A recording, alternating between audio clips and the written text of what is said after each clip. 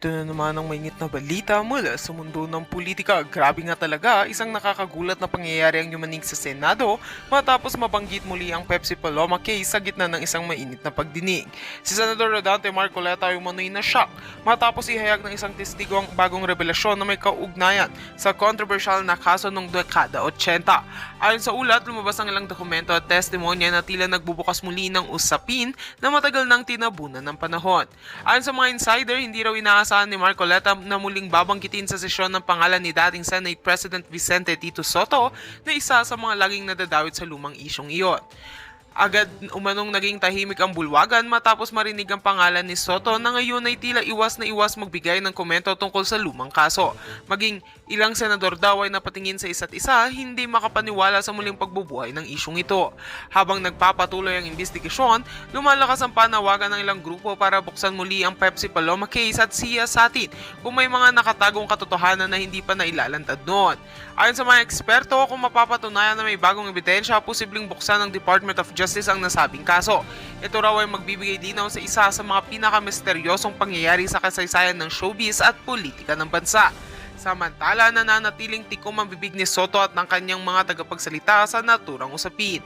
Si Marcoleta naman ay nananawagan ng patas na investigasyon at sinabing walang dapat katakutan kung walang tinatago. Habang umiigting ang tensyon sa Senado, abangan kung saan hahantong ang muling pagbubukas ng kasong matagal nang ibinaon sa limot, ang kaso ni Pepsi Paloma. At yan nga mga balitang ating pagkakatutukan, at kung bago ka pa lamang sa aking channel ay huwag kakalimutang mag-like, share and subscribe para updated ka sa mga bagong balita dito sa Tatak Pinas.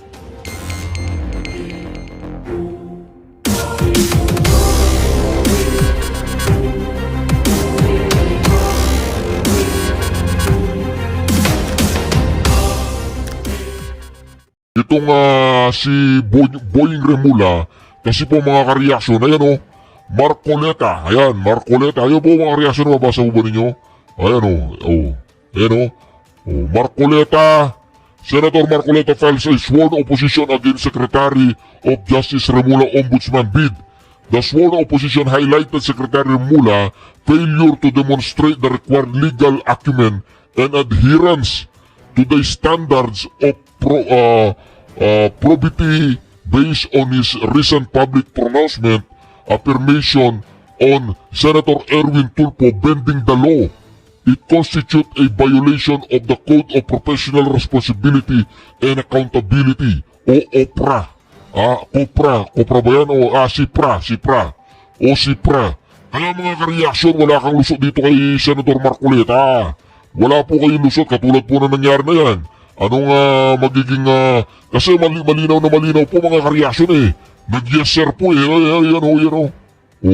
Pag nga po niyo Wala ho tayong pakialam sa batas na sometimes you have to bend the law to be able to please the people. Mas mataas po ang taong bayan sa batas. Am I right, Secretary Remulla? Yes, sir. Mr. Chairman. Thank you, Mr. Chair. Yung simpleng yes sir po na yun mga kareaksyon, yun po ang nirereklamo ni Senator Marcoleta. Paano magiging ombudsman yan, binabaluktot niya ang batas. Pero mga kareaksyon, hindi po yan ang pag-uusapan natin talaga. Ang pag-uusapan po natin talaga ay talagang itong si Senador Tito Soto ay malapit na pong mamaalam. Dito po sa kanyang pagiging Senate President. Opo, malapit ng mamaalam yan. Ito dito, yan. Nakikita po ba ninyo yan mga kareaksyon? Ang magiging minority po dyan, 5 na lang. Ang 5 yan ay si Tito Soto, si Rapi Tulfo. Si Rapi Tulfo hindi pa natin alam yan eh. Pero magiging minority dyan, Tito Soto, Pampilo Lacson, si Bam Aquino, si Risa Ontiveros, si Kiko Pangilinan, sila po magiging minority. Siguro si Loren Legarda, pero tansya ko hindi po papasok ng minority yan mga kareaksyon. Dahil ayan po mga kareaksyon ayan kung sino po ang Duterte bumoto sa Duterte. Senator who voted yes, ayan ang who voted tatlo lang. Yung who voted abstain, 2, si Wambol, tsaka si poverty good guy. Pero si Tuplok. Ayan po yung mga nag-yes resolution sponsors. ang nag-sponsor po mga ka-reaction, si Bato, si Subiri, si Aimee Marcos, si Estrada, si Marcoleta, si Padilla, si Villanueva, si Cayetano Alan, tsaka si Bongo. Sila po yung resolution sponsors. Ang dami nila, 3, 6, 9, antimano, siyam sila. Yung siyam, no, tapos yung bumoto ng yes ay 6, ayun, di 15 na, pero may sinabi po si Senator Chisa Escudero, siguro narinig niya ako, kinall out po siya. Ang sabi po niya mga ka-reaction, Senator Chisa Escudero has manifested that he would have voted yes if he was present. So ibig sabihin, 16 na yun. Si Lito Lapid, siyempre, patangay-tangay lang naman yan kung saan marami. Tapos si Camille Villaro, tapos si Pia, sigurado yes ang mga yan. So mga ka-reaction, malapit-lapit na po ang mga maliligayang araw ni Wambol. Palagay ko pag napatalsik po si Wambol ngayong linggo na to o ngayong buwan na to mga ka-reaction, yung galawan po sa Blue Ribbon Committee ay talagang matutuloy na. Pero meron pong mas matinding nangyari mga ka-reaction. Ito po yung matinding nangyari. Nakita po ba ninyo nung humingi ng tawad? Itong si Mark Villar, ito. Ayan, nakita po ba ninyo yan nung kinausap ni Mark Villar si VP Sara Duterte? Pagkatapos po niyan mga ka-reaction, ngayon lang antimano po, tinrabaho po nila ang mga bilyar. Nanahimik na po ang mga bilyar doon sa tinatawag nilang prime water tsaka yung electrical problem nila, yung business nila sa electricity. Ngayon mga ka-reaction, dahil nakita po dito ni Bonjing Remula, umingi po ng tawad di umano si Mark Villar yan,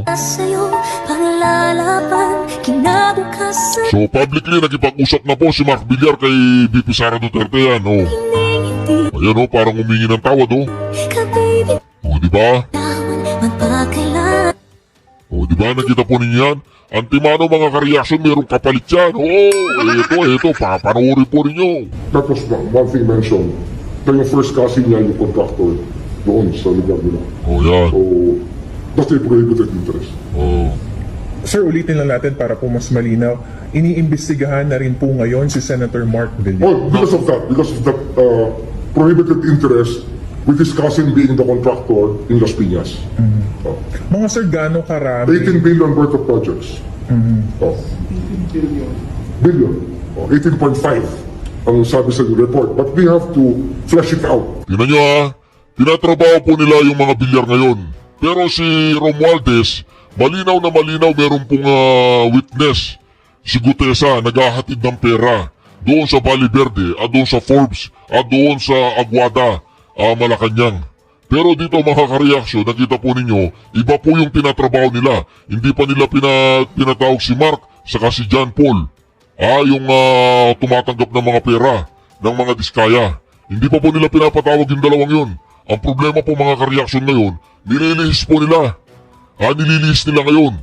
Ang pinakasentro, hindi po kinagat ng taong bayan si by the way, hindi kinagat ng taong bayan si Colonel, ano pangalan nun? Yung babae. Yung, yung kasama ni Grialdong nakulong.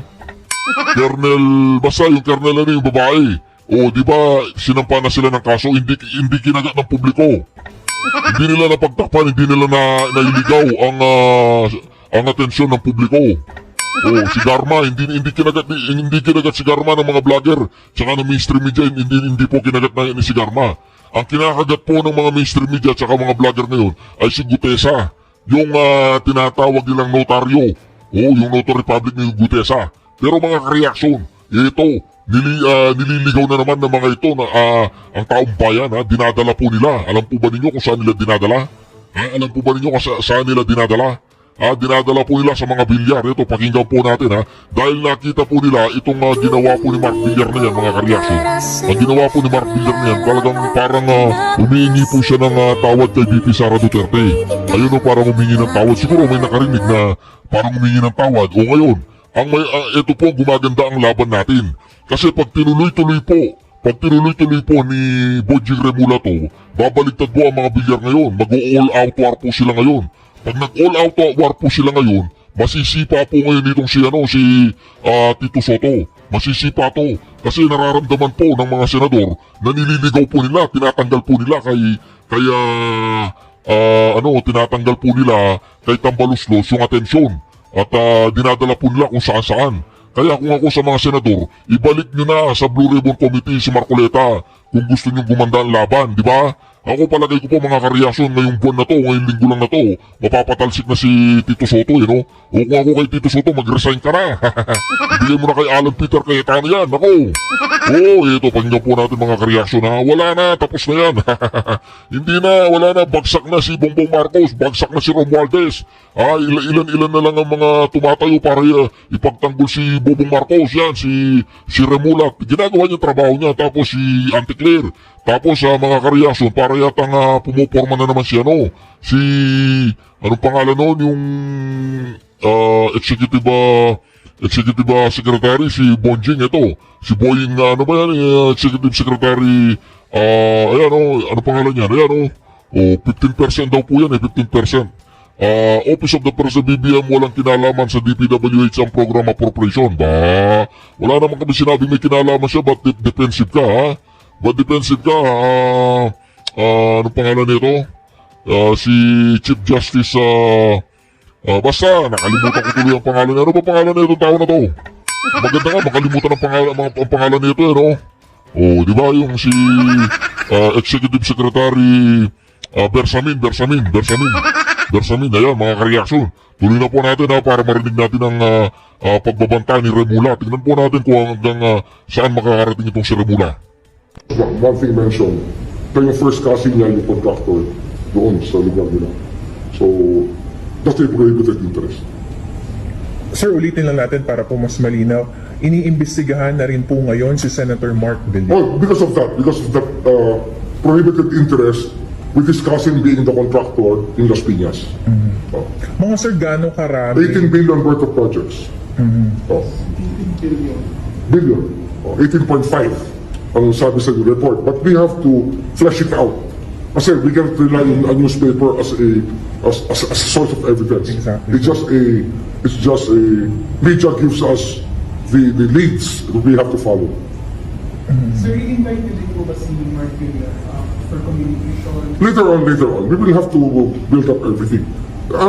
There's just one case among the 67 other cases naman na nangyayari dito sa Congress. Sir, just Senator Mark Villar or even po si Senator Cynthia? They're related interest. Isa lang sila interest nila. Isang relationship lang yan. Diba? Isang family lang yan. Opo, even Congresswoman First degree dati. of consanguinity to the fourth degree of consanguinity. Diba? Opo. Or Lahat third po degree sila. pa. From Cynthia to the contractor's third degree. So sir, lahat po sila. Even Senator Camille. Kasi naging congresswoman po siya. Kasama rin yan. Not prohibited interest. If it really has to stop it, well, isa lang yan. Marami yan. It's all over the Philippines. People know it. Sir, ano pong klase mga projects yung na-award dun sa... Lahat ng klaseng project yan. Whatever, ano ba maisip mo, yun na yun. Opo. Kasama yan. Lahat. In the menu. From school buildings to roads to asphalt overlay to revetments. Lahat yan. Kasama yan. Opo. Sir, para lang po clear, ito po ay yung panahon na si Senator Villar ay DPWH Secretary. Yes, and also a senator. Ano yan kasama yan sa relationship na hindi dapat nangyayari. Diba? Kasi you have something to do with with the way that the money is involved. When you vote for a budget, kasama ka na. When you participate in the budgeting process, kasama ka na.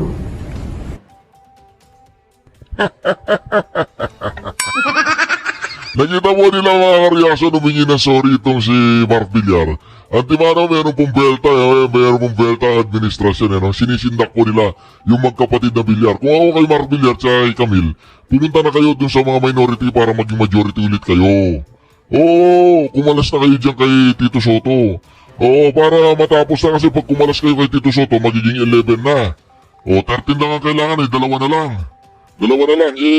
Si Pia Cayetano at saka itong si Subirio. Malay natin, di ba? Para ang matira na lang dyan sa mga natira, yung mga kalaban, mga pulpul na lang, di ba? Wala Bumaliktad kasi itong mga Villar ngayon, tinitira kayo kasi nga, Kasi nga, nag-sorry kayo kay BP Sara Duterte. Sa totoo lang po, I have to be honest, muntik na rin po kung nag-isip na umalis sa majority kasi parang kung ganito ang direksyon, sinusulog na natin ang sariling bahay natin, ating colleagues, napapabayaan natin, nakakalimutan natin yung mga tunay na salarin. Bayan sa batas. Am I right, Secretary Remulla? Yes sir, o diba? Wala na, malapit-lapit na po yan mga kareaksyon, malapit na yan. Malapit na, malapit na. Mr. President, maybe we also recognize Senator Cayetano. Ito, si Senator Cayetano po ang bagong Senate President. Hindi bago. Malapit na Senate President. Kayo naman, masyado kayong excited. Ilang araw na lang yan. Tis-tis lang ha. Mr. President, may I ask how my vote was recorded? Yeah. Sir President, may I record my vote as yes, and may I brief explanation, Mr. President? Go ahead. Yeah. First of all, Mr. President, again, with all due respect din sa mga nagsalita before us who opposed, yung resolution po na ito, kasama lahat ng resolution po ng final ng iba't ibang mga miyembro ng Senado, are within the rules of the ICC. Linawin ko po yun kasi parang sinasabi, ito yung mga president, ito yung pwede, ito hindi pwede. Galing nung research nyo, pero ang magdi-decide pa rin yan ICC. At ang basehan ng decision nila ay hindi yung presidents ng ibang mga miyembro kasi iba-iba yung sitwasyon natin sitwasyon ng mga accused. So yung rules. Pangalawa po, lahat ng resolution na final natin kasama kay Majority Leader is consistent with each and every human rights convention that the Philippines signed. So what I want to emphasize, Mr. President, is iba ang vengeance sa justice. Ang vengeance is an emotional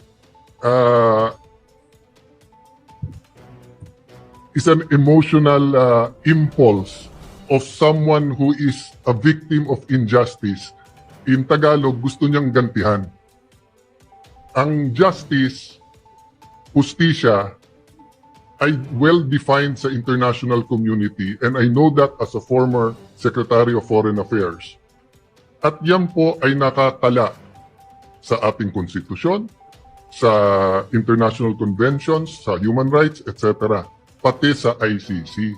At pag ikaw ay hinuhusgahan pa lang o ikaw ay kinakasuhan pa lang, in fact, na-postpone yung yung confirmation of charges kasi tinitignan pa nga kung maiintindihan ng akusado yung i-accuse sa kanya. So, kasama lahat po dyan sa justice is hindi mo muna gagantihan siya habang siya ay innocent until proven guilty. Tignan niyo halimbawa si dating Senator Leila de Lima. Wag na yung ibang mga senador, di ba? Grabe din po ang akusasyon sa kanya, droga. Pero pumayag po lahat. Pati po ang pinakagalit sa kanya na out of humanitarian, meron siyang detention facility sa Camp Crame, no? At meron siyang cellphone at nakakapag-function pa rin siya dito. So, lastly, Mr. President, I will not argue anymore whether the war on drugs was a maniac killing everyone or the war on drugs was precisely to protect the Filipinos, because replay na to Ilang beses na napaliwanag to, the facts, ilang beses na present sa international community at saka dito. Just one point, Mr. President. Nung tinignan natin yung dami na namatay nung Aquino administration, ay sing dami nung namatay nung first 2 years nung Duterte administration. Except that during the Aquino administration, through Senator De Lima, pinalitan nila yung definition ng EJK. EJK, kapag yan ay labor union, yan ay human rights leader na napatay. Pero pag ordinaryong tao na napatay, hindi EJK. Biglang pagdating ni Duterte, lahat ng patay na hindi natural causes, EJK.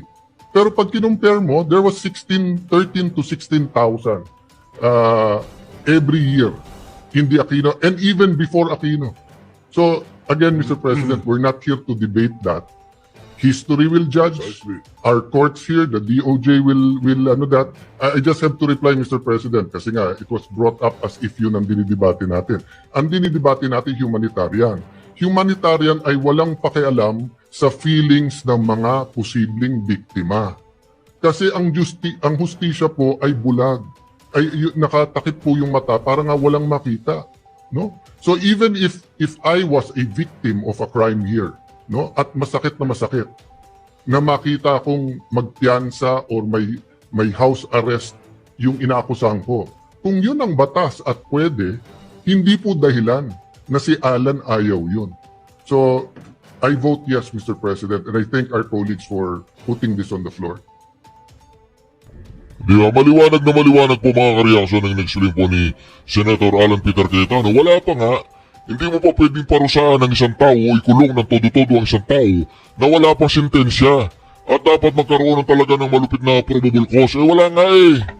Pinaparusahan na ang Pangulong Duterte, wala pa nga siyang kaso eh. Di ba mga kareaksyon?